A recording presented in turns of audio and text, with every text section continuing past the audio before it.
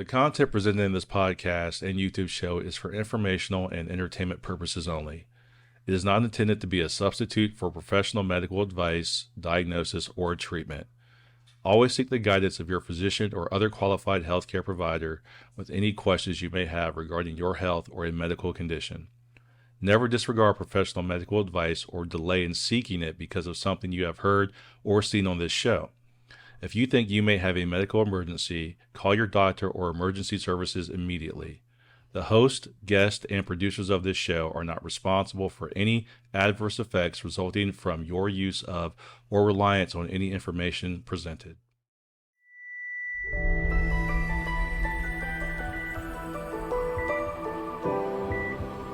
Andrea, can you hear us?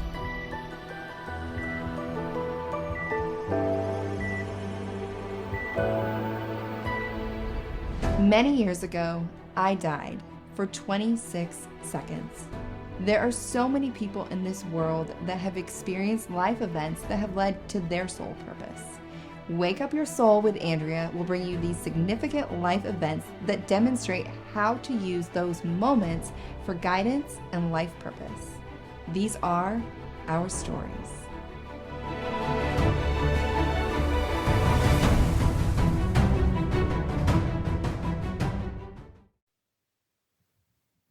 Hi, everyone, and welcome back to Wake Up Your Soul with Andrea Lynn.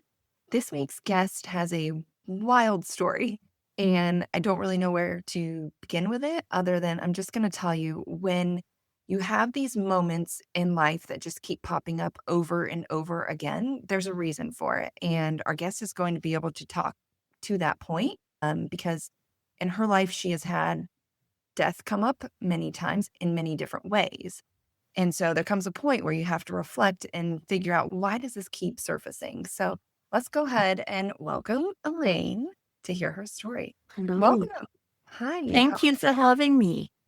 Absolutely. Let's just go right back to the beginning of your childhood. I came to Canada, where I live now, when I was 3.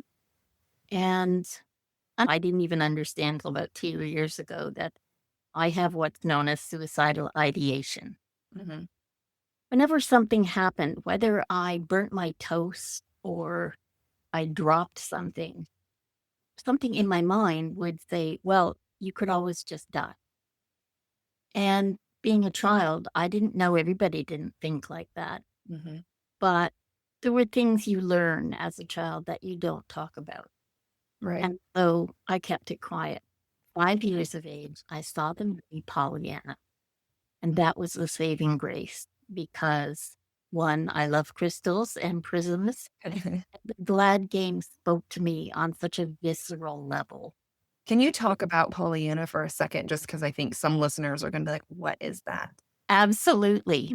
It was a Disney movie, and a young girl was sent by her father to her aunt because her mom died, and I guess he couldn't look after her.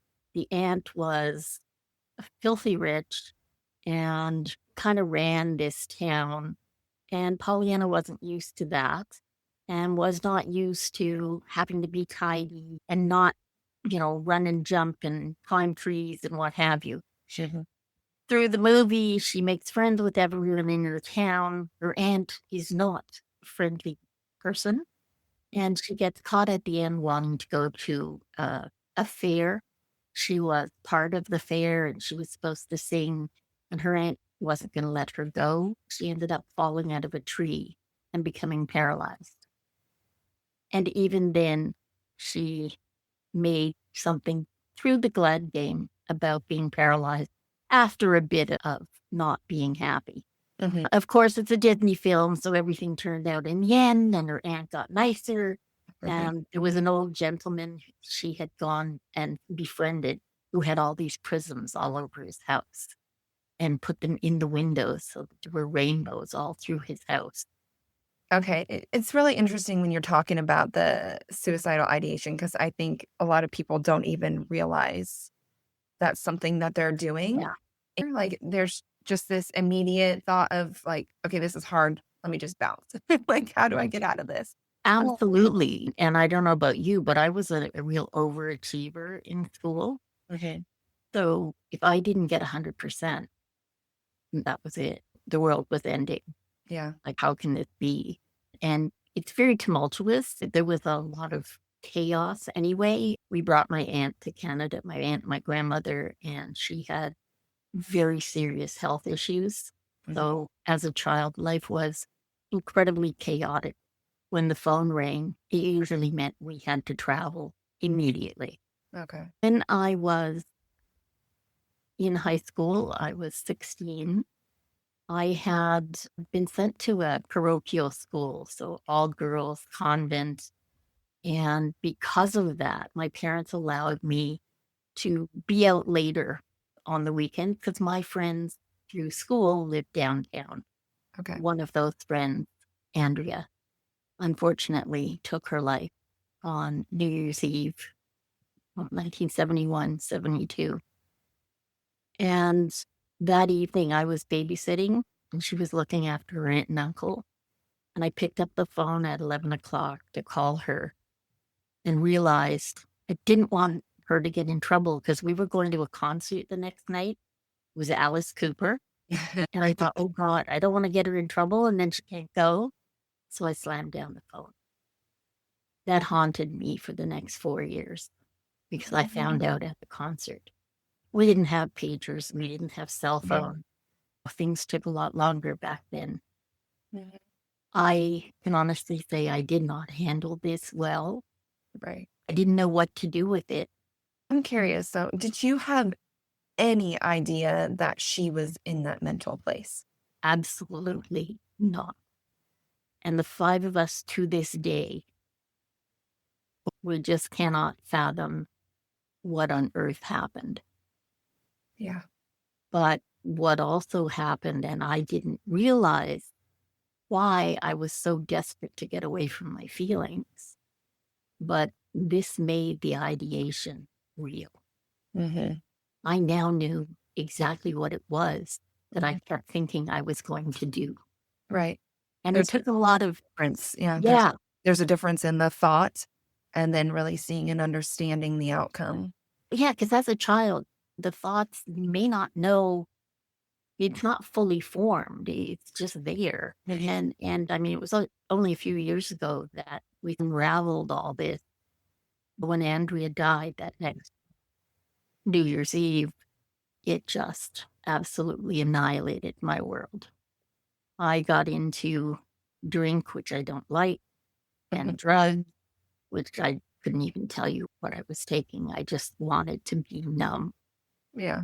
And It's understandable. That's a lot of pain for somebody of your age to be experiencing and having no coping mechanisms. absolutely, but most nights after Andrea died, I would say probably 4 out of 7 days of the week, you could find me in the cemetery.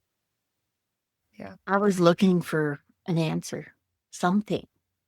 Like, why did this happen? And what made it worse was some of our friends moved on, and I didn't understand that. I felt like they were betraying Andrea. Mm-hmm. About 4 months after she died, my parents took me home to Scotland for 6 weeks because they didn't know what to do with me. I was a shell of who I'd been. I didn't talk. I was just totally out of it. They had no idea just how out of it I was. Did they take you to a therapist or psychologist? Anybody? Back then, no. Okay, we're talking 1972. Yeah, Yeah. no. No, Yeah. my father was in the Air Force. My mother worked for the government. They weren't even sure what was going on. Mm-hmm. And I'm a damn good at it, okay? Hollywood missed out. Yeah, exactly. So trying to kind of put on a show for them that I wasn't as broken as I was, Mm-hmm. I wanted to keep them comfortable. Mm. But they took me home. And for me, going home to Scotland just meant I had a whole bunch of new friends that I could get together with and drink and do drugs. New drink, new drugs, new bands. Yeah. It was something to take my mind off because I couldn't get to the cemetery. Yeah. But yeah, a new location isn't going to help you. No, You have no. to work through the mental thoughts that you're having. And Um, it goes with that saying, misery loves company. And it's true. And people that are miserable, they try real hard to bring people in. But people that are happy, they're walking in their own path and they don't really care. You do you is kind of how they feel. And so they aren't necessarily trying to bring people along, which is really interesting. And kind of the whole point of this show. Like, I want people to make that shift instead of joining the misery loves company party. Like, let's vibe up and everybody join up on this. That's a really, really good point. And there is, okay, it's a little woo-woo, but there is psychology behind it. I love woo-woo. Great. Okay, if you're in the conference room, you get called to a meeting and everybody's there, the bosses are there, and you walk in and one person is in a bad mood. Somebody peed in their cornflakes or their wife had a fight with them, whatever. They're just not happy. Yeah. Within 5 minutes, the tone of that whole room will be less uplifted. Unless you walk into the room totally upbeat and just project your energy, your vibration. You can change the mood of that room. I can picture that, but it's going to have to be extra high, right? Like, if you have that first, you got to walk in and be that woo person that's like, it has to be intentional. Yeah, and people's kind of stand out and like, all right. Like, yeah. I often talk about, as an example of just that energy and that frequency of, you walk into a funeral and it's like, you could probably walk me in. I shouldn't say probably. You could walk me into a funeral blindfolded and be like, where are you? And I would be like, I don't know, but it feels really sad in here. You can just feel the energy. It seeps out of us. And the even more strange example I use to explain to people is women that get in sync with their cycles without a spoken word. And there's this energy and there's a frequency that our bodies hold. And sometimes I think that's hard for people to understand and believe, but it's very, very true. When I had my accident. Yeah. So let's just circle back for everybody. So 16, your friend passes away. You go to Scotland for a period of time. And then eventually you move back to Canada, I'm assuming, because then here we are back at this next point. I was only gone for less than 2 months. Okay. And we came back, but I decided, I guess, life was going to be on a fast path after that. I was married at 17. Just before my 18th birthday, I had a little girl. A year later, she had a sister. Unfortunately, Shannon died the day she was born, which did not help my mental state. No. All of these things just kind of piled on. The following talk about that though for a minute. I think there's a lot of, I was going to say women, but men too. I know there's men too that have watched their daughter or their son not make it. And I think that is one of the hardest things that we can go through in life. Yeah. Because that's just a little tiny soul that never had a chance, it feels like. And how do we deal with that? The unfortunate thing back then, you didn't. Yeah. You weren't to talk about it. You weren't to talk to other people. Everything was kind of swept under the rug. And I mean, that's no way to be. But Bob Shannon died in April 18th. And I was 19 years of age. And somehow, for some reason, I felt I needed to do everything. I needed to talk to the funeral director. I needed to make arrangements. I needed to do all those things. And in all honesty, we now know, mentally, I was about 12. I reverted to being 12 years old before all this stuff got bad. And just thought I could stay there, not realizing that I wasn't maturing. I wasn't learning stuff. A 12-year-old got married, basically, and had a child and then lost a child. And the following year, in 1976, it was March. I was 20 years old. And I was 6.5 months pregnant. We were excited because We were told that this would make things feel better by the doctor. Nobody wanted to talk about Shannon.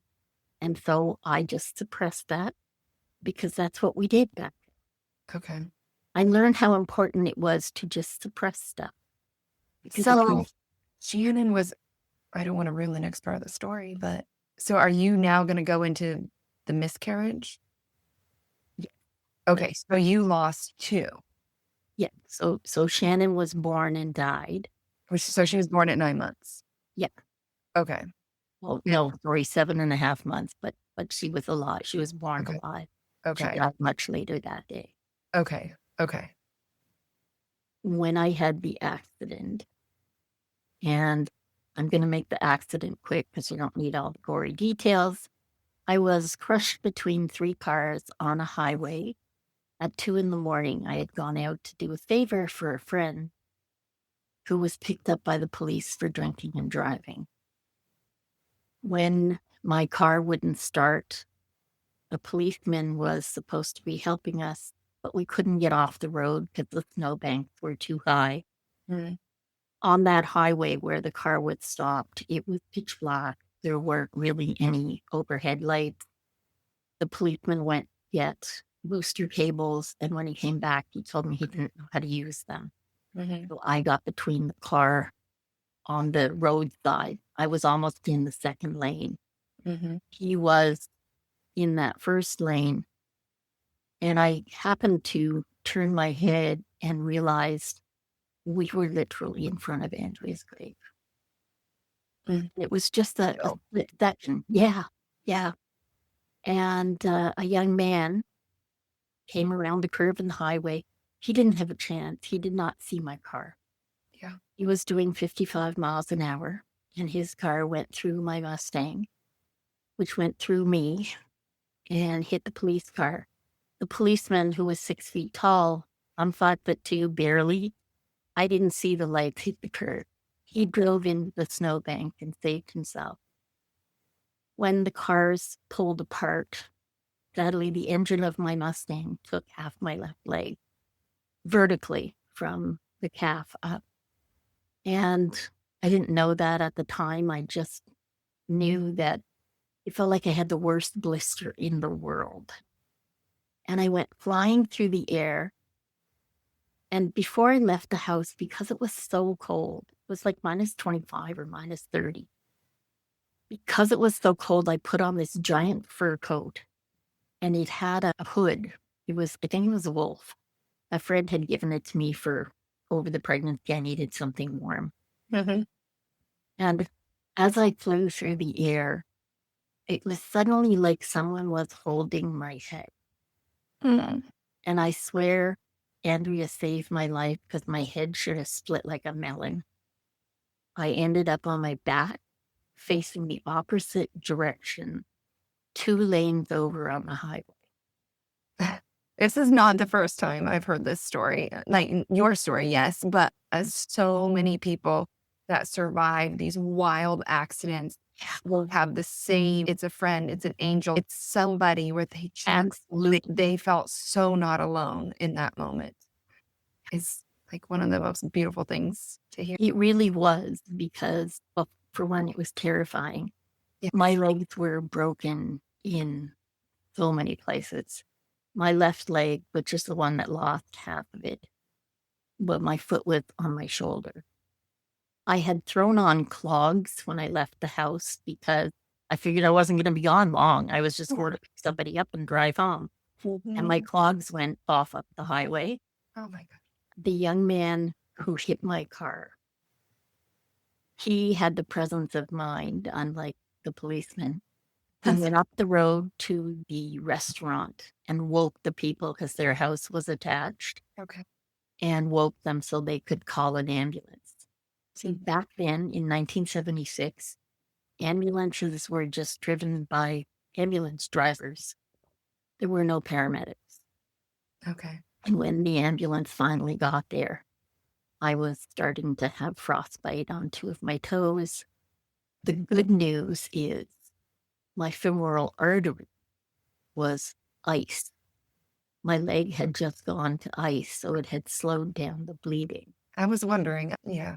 Yeah. And the young man had put, I guess, a tourniquet or something on that part of my leg. He part of why I'm still alive.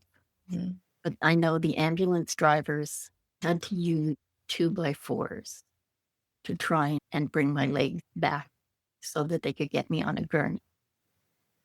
They didn't think at that point that I was even going to make the hospital. Right. But this lady appeared from God knows where. Okay. There were a couple of trucks. This particular highway is a commercial truck route, Mm-hmm. and the trucks were coming. It was now, I guess, closer to 3:00 in the morning. And the young guy and whoever else had stopped basically made a human barricade so nobody would hit me again. Wow. And two big, like, dump trucks parked on either side of those lanes so nobody could hit me, Mm-hmm. which was incredible. I found out about that much, much later. But this lady came and my arm was stuck up in the air, like straight up in the air. I couldn't figure out what was going on. I kept asking about the car because my husband and I really like that car. It's like, is the car okay? And people kept putting the hood up to my face so I couldn't see. I'm like, car's fine, honey. Yeah, car's fine. The car's about 5 feet long. It is. Yeah. And this lady kept saying, "Oh, you're going to be fine," but she's holding my hand, the one up in the air. I guess I was really rude and swore at her. Told her to see if you go. And I can remember the person who was in my car, the person I had gone to pick up, Yeah. said, "Oh, Elaine, don't swear." And I kept thinking, this is crazy. Why is he telling me not to swear? And it seemed I kept saying, "Would someone just punch me and knock me out, please?" But I kept going in and out of consciousness. Okay. When they got me to the hospital, I don't really know what order things happened in because they didn't tell me anything for a few days. Mm-hmm. My arm the dislocation was fixed and affixed to my body. I had fractured my skull. I had massive internal damages and had to have a whole bunch of different surgery. I had what they call debridements and plastic surgery every week for a couple of months to get the spot ready. I didn't know for 5 weeks that I had lost part of my leg. Okay. So in the hospital, they didn't do a lot with therapists or coaches or anything like that back then. Yeah. And Mm-hmm. the first week, I was told that they had to take the baby and left to deal with that. Second week, I was told that my skull was fractured. The third week, they told me about my shoulder, how it would be pinned to my body for the next 5 weeks. Both my legs were in cast, but the left leg, they had cut like a big window and they opened it, but they never opened it when I was sitting up. They made a habit of stretching me flat on the bed, and then they would come every day and they had to do this twice a day. Mm-hmm. And the worst part was there was this smell. Oh. And I couldn't identify it then, Mm-hmm. but my leg was dying all around where the big hole was, and I didn't know that. The end of the third week, this man breezed into my room and said, "Alrighty, well, I just want you to know you will not be Betty Grable, but that's okay." I said, "Okay." I had no intentions of insuring my legs. My father liked Betty Grable. She was an actress who insured her legs for $1 million. So I kind of understood what he said, but didn't really put it together. I had met him once before. I had a a little bike accident and had to have my leg sewed up. Uh-huh. So he looked a little familiar, but that had been a few years before. So was he saying you can't insure your legs because you're not going to have your legs? I mean, you got to keep one, but Yeah, I was already missing a big hunk of my leg, yeah. and he was going to have to do a lot of plastic surgery. Okay. My father has since suggested, and rightly so, that I should tell people I got bit by a shark because it's a much better story. We have a very bent sense of humor in our family, Yeah. but I really think that's what got me through an awful lot of this. Mhm.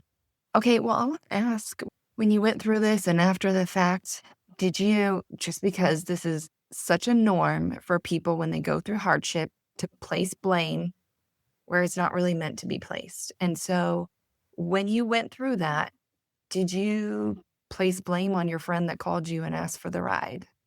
No, funny enough, I did not. Okay. Not on him and not on the young man that hit my car. Okay. I went to court for him Mm-hmm. because he couldn't see my car.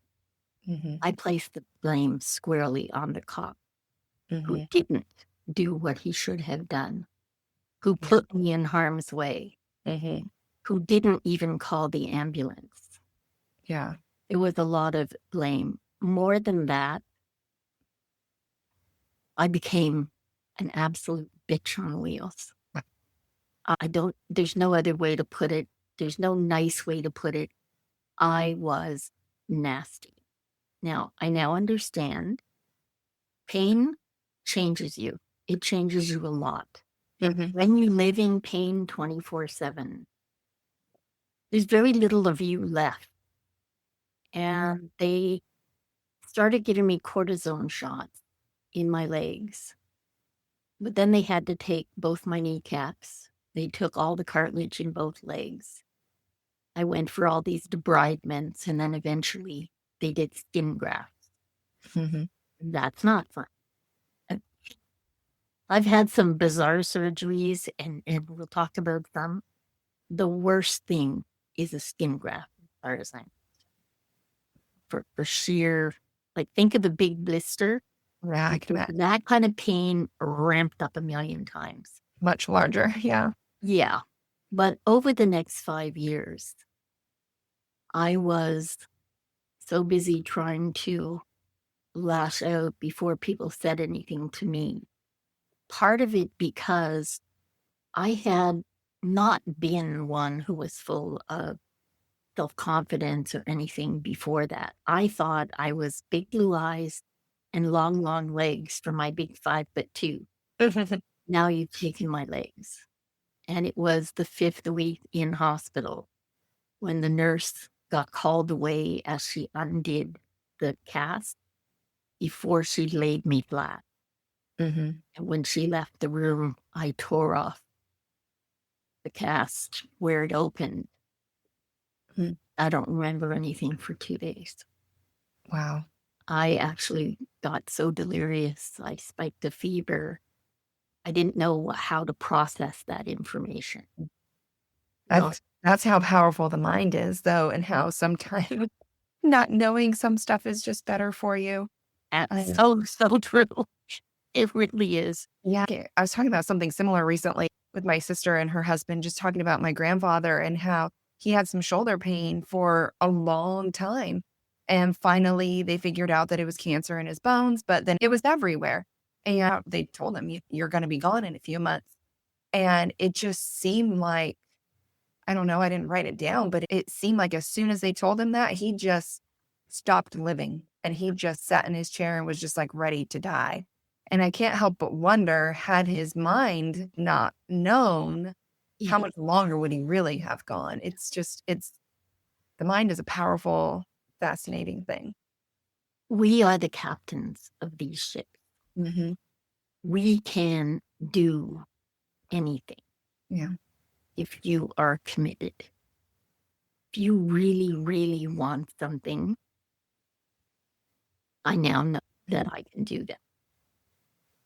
I wanted not to get bogged down in the accident because the next 5 years was just surgery. Mm-hmm.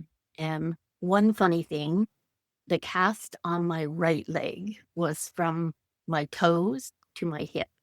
Mm-hmm. And a friend was getting married. I was bound and determined. Not only was I going to the wedding, I was going to dance.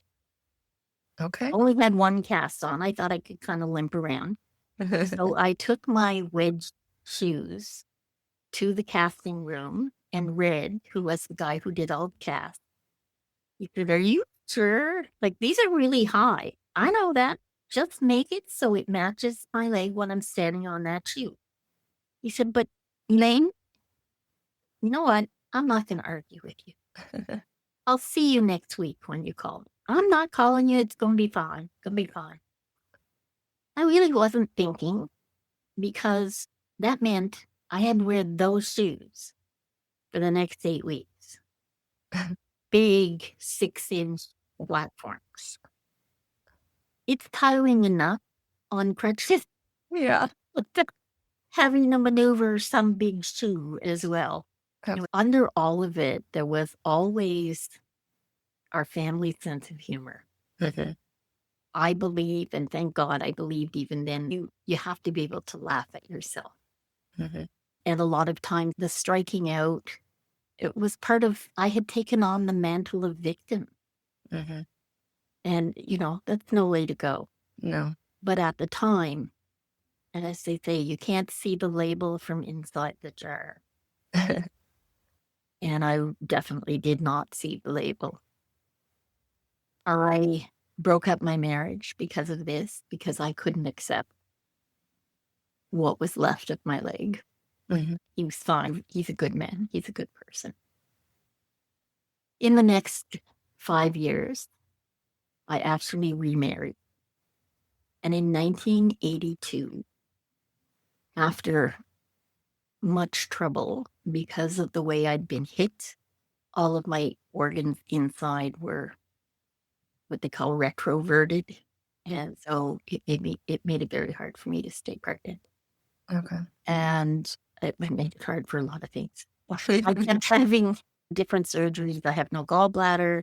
I lost part of my bowel, and more plastic surgery, and then my legs. In 1982, my son Ryan was born, and I was thrilled. But by then, I had spent 5 years now getting cortisone shots in my legs every month. I say monthly shots, but they were actually every week. Went on for 5 years. And then weird things started happening. I was finding like a little bit of my tooth would break off at the gum line. And I walked the dog, and all of a sudden I broke my wrist. We had Yorkies. They're not the biggest dogs in the world. No. So it just seemed very odd.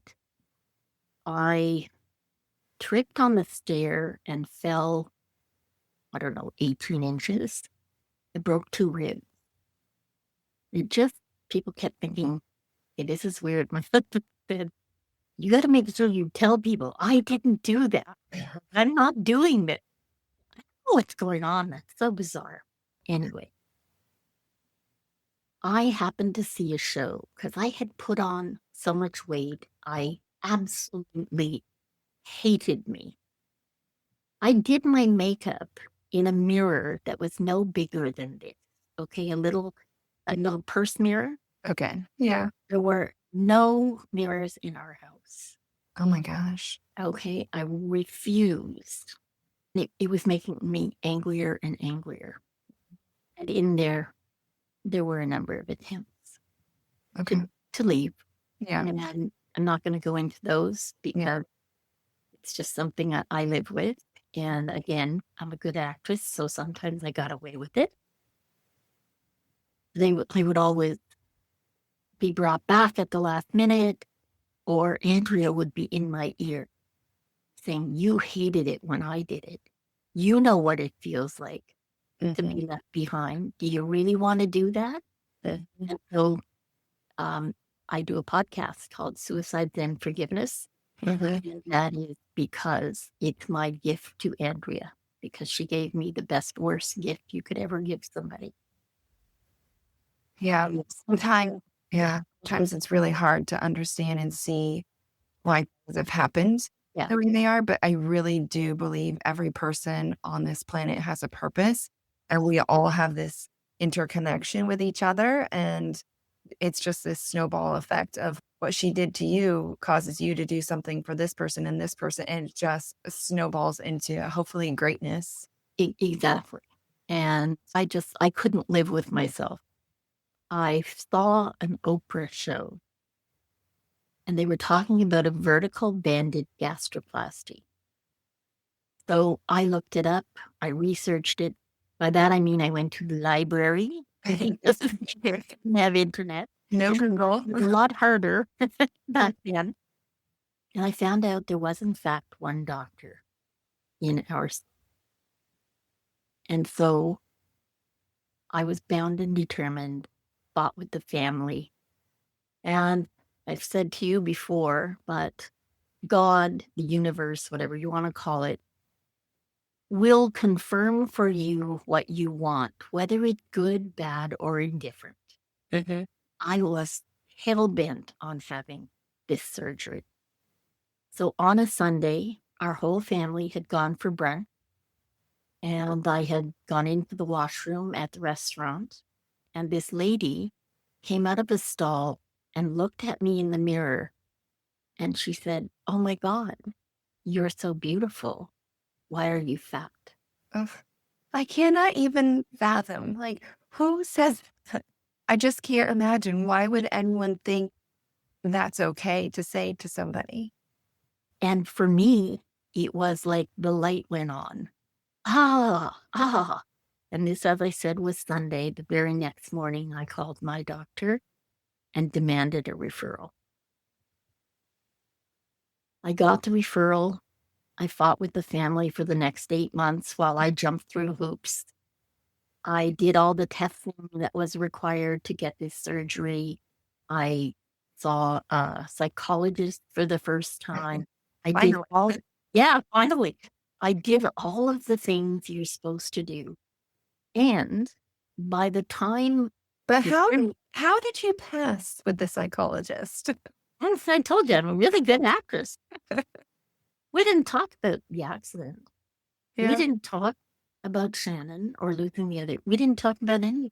That's the scary thing with some of these things that require a psychology sign off. Yeah.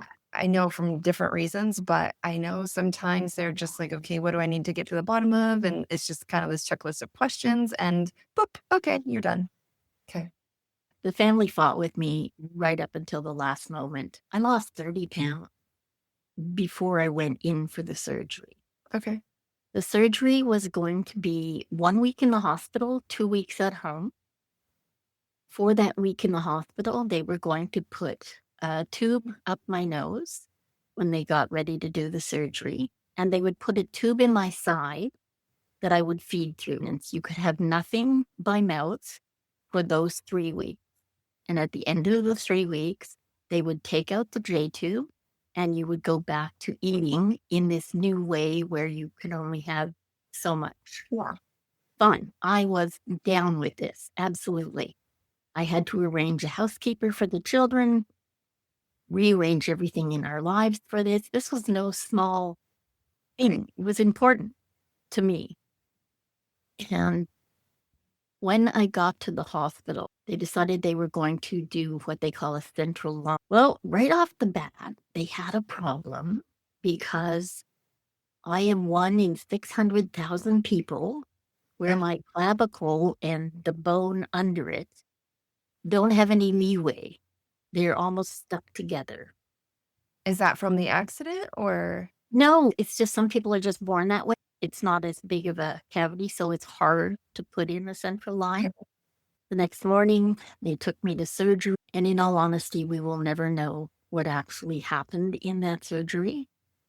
The doctor, he made 3 different OR reports, and they are all substantially different. They say very, very odd things.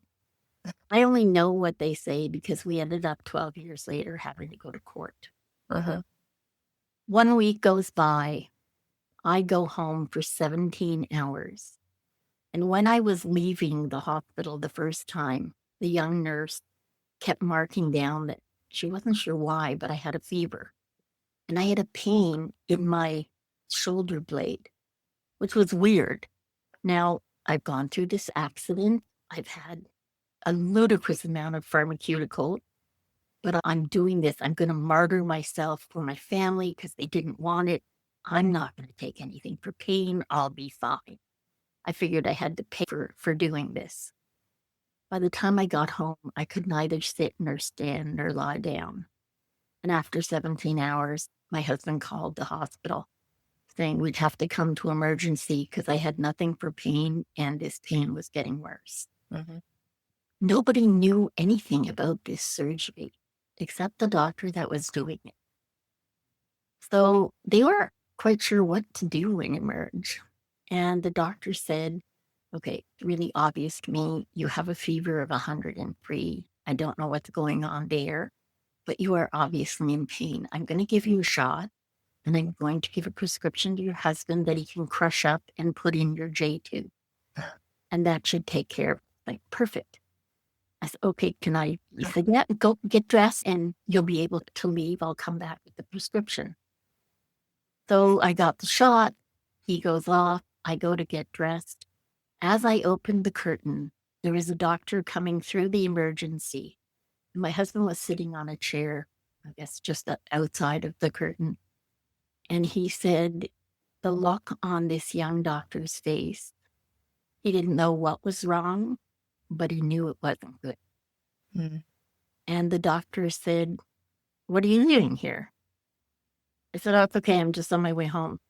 And he immediately turned and I guess went to get the doctor that had seen me. 5 minutes go by and the doctor that saw me came back and said, I'm really sorry. You can't leave. Like, yeah, no, I'm good. I'm dressed. I'm good. I'm going home. It's like, no, actually, they want to do some tests. Who is they? Like, what do you mean? And the doctor who was already talking to my husband, not telling him anything because they didn't do that back then, just saying, oh, we're going to do some tests while she's here. Yeah. And when they got me to x-ray, the doctor who did my surgery came in. I was lying on a gurney and he came up and he said, so what did you eat or drink? Come on, tell me. I know it was something. And I thought, what are you talking about? Okay, I've almost been like absolutely pushed away all my family. Okay, I've alienated everybody that I know to do this. Why would I chance ruining it before it's even had a chance to take? It didn't make sense to me. Mhm. I now know the word gaslighting. Learned that later. That makes me really angry when people do that. Yeah. The next morning, I guess it was about 6 o'clock when they took me to surgery. Again, this is going to sound like a chorus to a sad song. We'll never know what happened in that surgery because there were a couple, I think there's only 2 in this case, OR reports. What we do know is he didn't really do anything. There's stuff in our body called omentum, and he used it to wrap the pouch. What had happened in the first surgery, they use a machine to cut the holes in the stomach, and they have to line up to make 2 circles, perfectly round circles. And the machine not only makes the circles, but it staples them. Mhm. Whoever was holding it couldn't have been doing it right because one of the sides was an ovoid, not a circle. So it left a leak. Mm. He didn't bother doing a test when he was told that that had happened. He just took it upon himself to manually sew that piece. Gosh.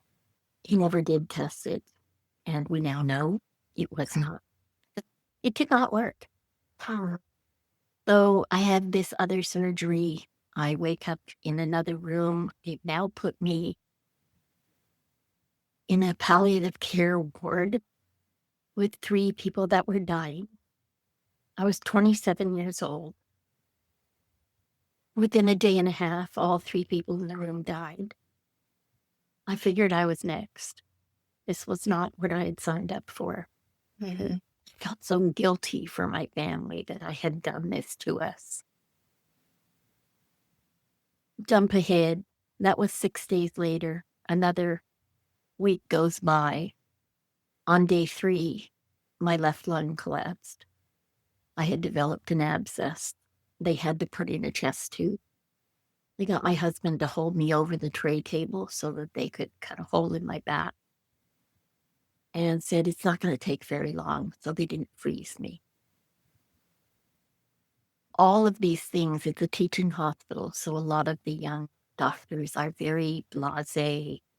They don't understand we're not just meat. We have feelings. And when you cut us, it hurt. I've been there. Yeah. Okay. Then you know exactly what I'm talking about. I had to have a lung tap at a teaching hospital. And before they did it, I even asked, I said, can I just have the doctor do it? I don't want a trainee. I don't want somebody that's training to. And they're like, well, it's a teaching hospital. We have to allow that for them. And I mean, they basically told me no. And I don't even know if legally that's true, that I had to be denied that. But it was denied. And so he goes in and he just kept stabbing me in the rib over and over and was like, I don't know why I'm not getting it. I just keep hitting rib. He wasn't getting into my lung. And it was just like rib, rib, rib. So eventually, I get the doctor. But yeah. Yeah. And sadly, it happens more than we think. Because a lot of them have never been a patient, so they don't know what it feels like. Anyway, it's now my daughter's birthday. She's going to be 9. And my parents were going to take her out for dinner because my husband couldn't. Because first thing that morning, they had wheeled me in for some other swallow test. And when they finished, they came out and said, you have to sign papers. We have to take you back to the OR. And I said, no, sorry, no, I'm done. Like, no, you don't understand. And the doctor who did all this came by and said, just sign the damn paper. You're going to be dead by supper time if you don't. Oh my God. It was a very kind and feeling. And I got the nurse to bring me a phone. I phoned my husband and I phoned my father. And I said, if either one of you signs that paper, I will never talk to you again. And my father told my husband I was absolutely right because I'd be dead. So they were both going to sign it. And I was taken to surgery sometime in the afternoon. My husband waited at the hospital while my parents took my daughter out, which they found really hard because they didn't want her to know what they were waiting for. I don't know the exact order, but shortly after getting into the OR, when they started to cut, either my heart stopped first or my lung quit breathing, one of them. Mm-hmm. At that point, the doctor, who we now know was being investigated because he'd already killed 2 people. And this surgery, there was only a cohort of 37 people. So 35 were alive and I was on my way out. Mm. I guess it opened up a new vista for him because he went in and started taking everything apart. Some of the residents, I guess, were working on either my heart or my lungs and got me restarted, which I suppose he was not thrilled with. And he had to stop taking things apart. I don't know again what happened next, what he did, but when either my heart or my lungs stopped the next time, he went back to tearing things down and taking it all apart. If you open the human body too often and you keep like pulling at it and stitching and restitching, eventually the tissue becomes what they call friable. So they couldn't close me. Somewhere after they got my heart restarted, or my lungs the second time, he got this bright idea to call in another surgeon. And this was a thoracic surgeon. And he got him to slit my throat and divert my esophagus out my neck. My gosh. That's exactly what it sounds like. Okay. I have had doctors go, I'm sorry, what did you say? Because they've never heard it. That's what he had this guy do. And then he tried Are to. we sure he was a doctor? This is crazy. Yeah, that's a very good one. That's crazy. The ICU nurses, many, many years later, told me they called him Dr. Nick because he nicked everything he touched. Oh, gosh. Anyway, make the rest of this as quick as I can. He had to pack me. They couldn't clothe me. Okay. So I was taken to ICU, basically wide open, with what they call Macaulay bridges, kind of holding the sides kind of together. I had so many machines coming out of me, they look like hand grenades. They're called Jackson Pratts, and they're drains. And then I had a big hose coming out my right side. He was with me for over 7 months. So I ended up calling him Hugo because you go where I go. And did. And the ones on the other side, they had to actually bring in gravity machines to hook them up to because there weren't enough spaces on the wall in ICU, which is saying a lot. They ended up having to put a hose, an air hose, in my neck where the hole was because the saliva was eating my skin. It seems these doctors didn't realize that saliva is like battery acid. So I was blistering and bubbling here. I was 11 days in ICU. Let me just say, you clearly are so meant to be here. Yeah. Well, yeah, I guess that's the upshot of that. My poor mother, who cannot handle a drop of blood from anyone she knows and loves, had to sit beside me open like that. And like you, I had a young student come in who wanted to do blood gas. Do you know what that is? Blood gases? Yeah, it's from the artery near your wrist. He stuck the needle in and it went boing. But that's not supposed to happen. Get away from me. Needless to say, I was not a happy camper in there. Oh, man. They ended up taking me to a ward after those 11 days. And one of the nurses realized that I was going to have to end up with more plastic surgery because there was all this blisters and cuts and it was getting infected and it was such a mess. And she ended up calling in the stoma therapist. This is someone who does colostomy bags and things for people that have lost part of their bowel. People look at me like, why would you get a colostomy? It's like, the colostomy bag was here. It was put on my neck so that anything, sorry, gross, but anything that drained would end up in the bag. Yeah. And that led to nurses sneaking me in popsicles at night and a few nice things because they knew I was a person. Oh, my gosh. And I finally got home just before Christmas. That was from the 12th of September. And I was unable to eat. I had to put things through the J tube. Yeah. My mother and father, God rest them both, they wanted me to feel like part of the family. And so on Christmas Day, they were going to have us over and take me out of my bedroom and take me to their house. And my mother said, yeah, we'll just put a little turkey and gravy and stuff in the blender. And then, no, you won't. That's so rude, Mom. Everybody else at the table, I don't want to make people sick.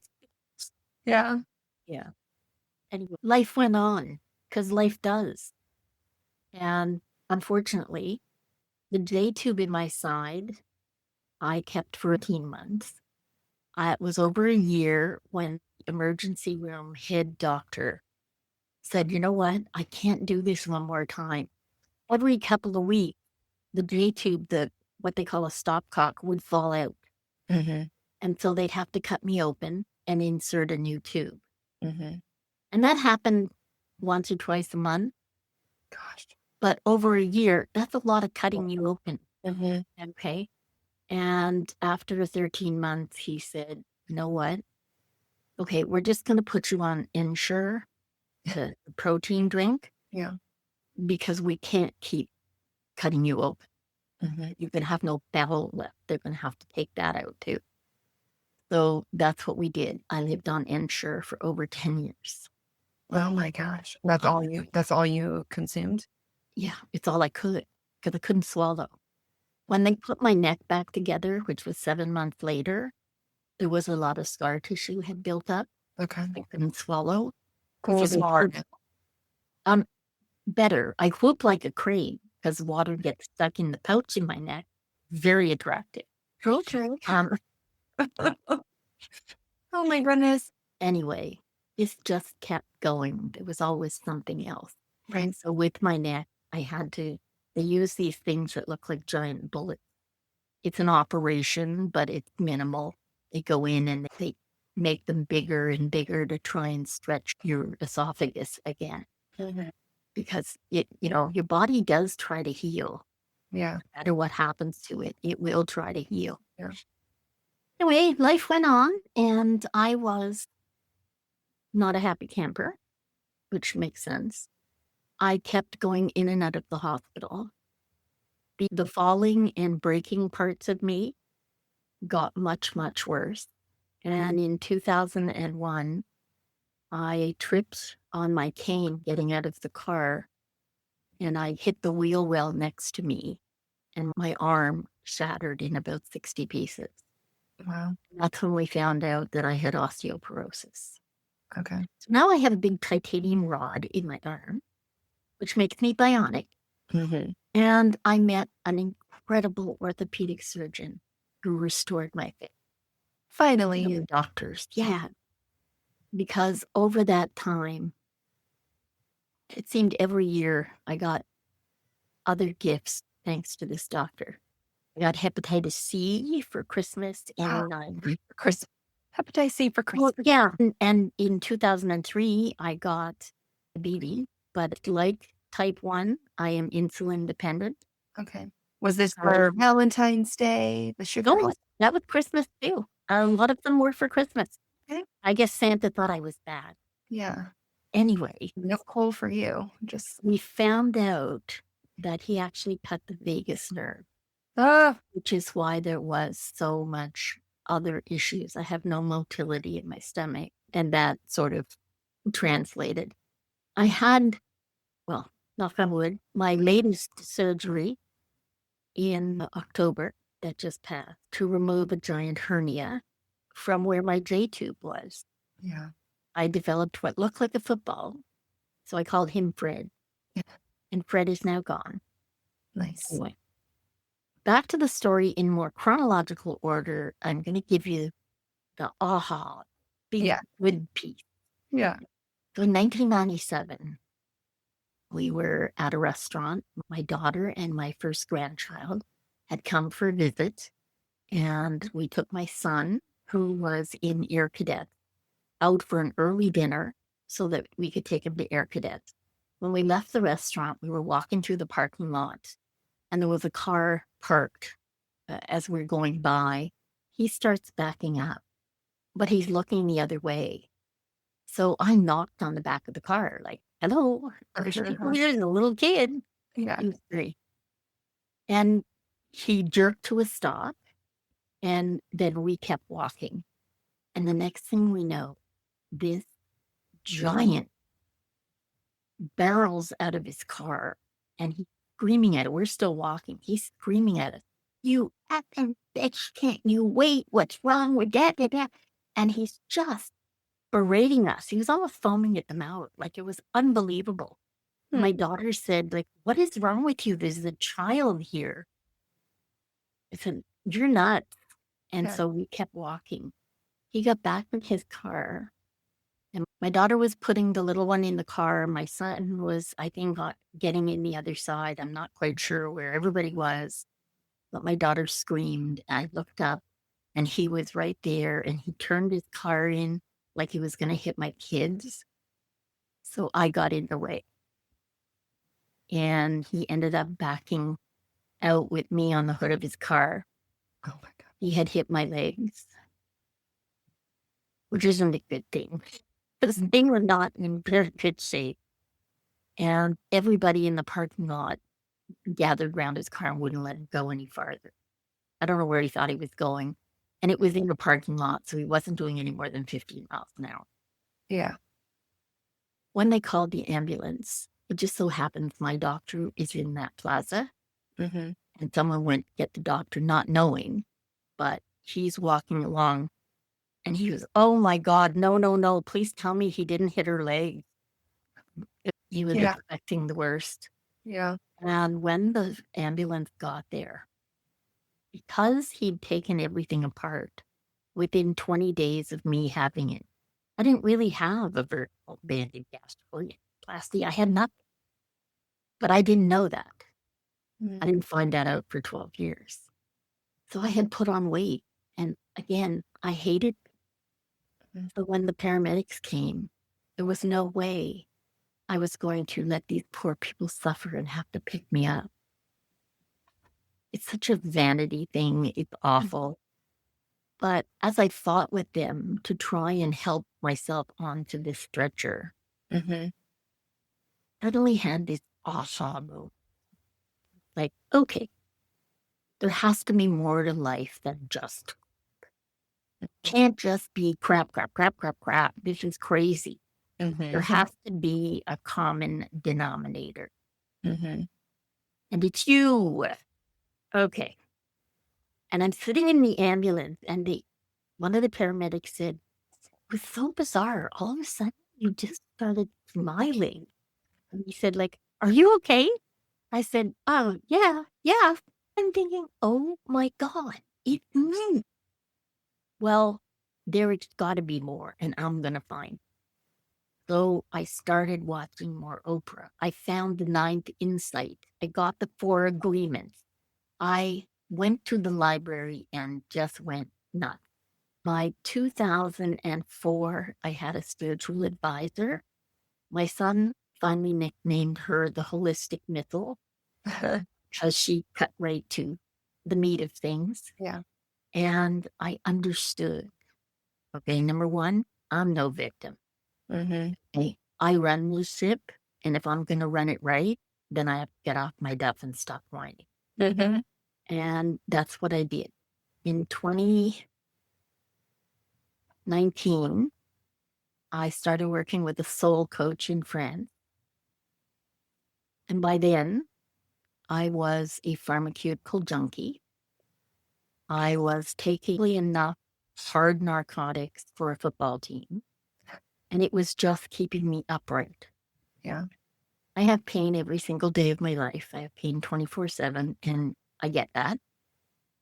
But I now have meditations I can use and visualization. And when you are intent on gratitude and joy, you can kind of shove that stuff to the side.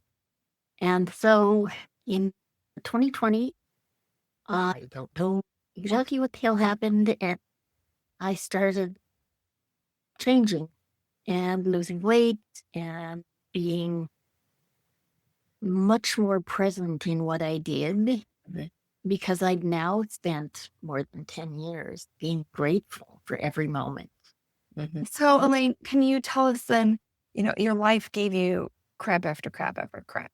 And it sounds like you woke up to understanding why this was happening, right? And I think that's a big piece that people need to connect in their lives when they're struggling and trying to understand, well, why does this keep happening? Because it's something that just keeps happening and happening and happening. Now, there's certain things that will continue to happen because Oh, yeah. they're inevitable, right? Like you have maintenance stuff with your health, like that's inevitable. But there's a mindset piece to making all the other parts of your life run smoothly instead of it's not just the health, it's this, it's that. Well, we talked about this very early on about if you go in with a negative mind, Mm-hmm. if you start the day being negative, then that's what you're going to attract. But why? But looking back, do you Yes. see and do you understand, like, okay, this just kept happening because I needed to wake up? there were life lessons in all of those, okay, being trusting and all kinds of life lessons that I learned. And one thing I have to go back to is the policeman. No, he didn't do the right thing, but I know why now. Because my eldest granddaughter, the one that the big bad man went after, her and I went to a zombie fest.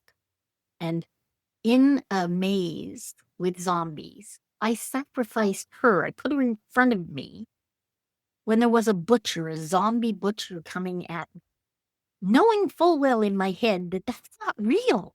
What in hell am I doing? And she's saying, Grandma, what are you doing? But fear takes over and makes us try to survive because our lizard brain has one job: keep you alive, status quo. Everything I believe in and everything I say is to hell with status quo. You have to step out of your comfort zone to learn to appreciate all the good. And it doesn't mean that bad things don't happen, because trust me, they do. And it's a matter of, I guess, weighing your odds, but every single day for 2 decades now, I am grateful for at least 5 things. Okay. So how do we feel about the policeman today? Well, here's the thing. His lizard brain took over to make him survive. He didn't intentionally leave me there, but I believe he didn't come to the hospital. He didn't say anything after because he felt so bad. And embarrassed, I'm sure. Exactly. And also, his police force was being sued. So Yeah. part of it. I mean, what you said something very important though. He didn't intentionally do that. Like Exactly. he didn't want you to get hit. That it just, some people, their brains just operate differently. And Yep. some people immediately will think about themselves, and that's no fault to them.